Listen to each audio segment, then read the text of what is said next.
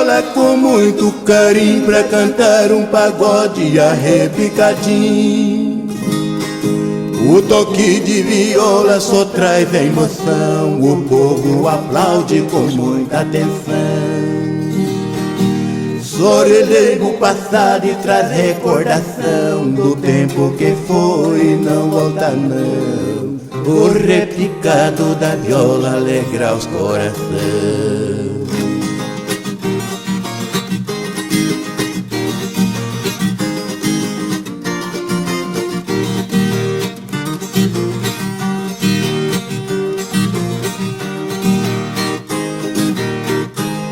A viola ainda é uma tradição, na festa que eu chego com ela nas mãos.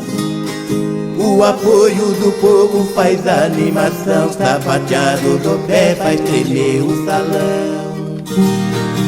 Quem já foi catireiro e grandes forgazões, trazendo firmeza dessa tradição, seus olhos saem lágrima e rola no chão.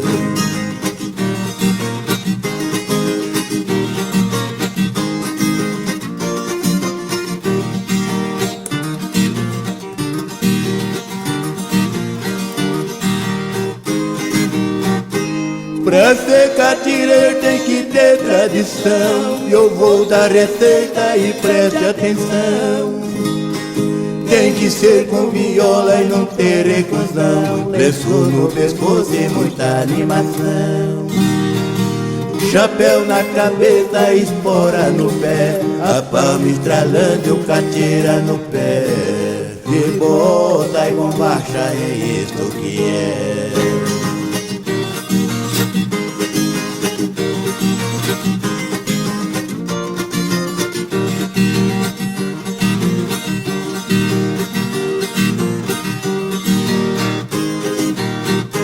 Vou fazer um pedido pra todos os violeiros que sempre relembram o folclore brasileiro.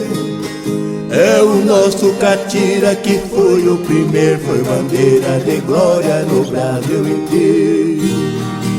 Que ficou na memória pra todos os violeiros, com sua coroa de um rei verdadeiro, um marco da história dos bons catireiros.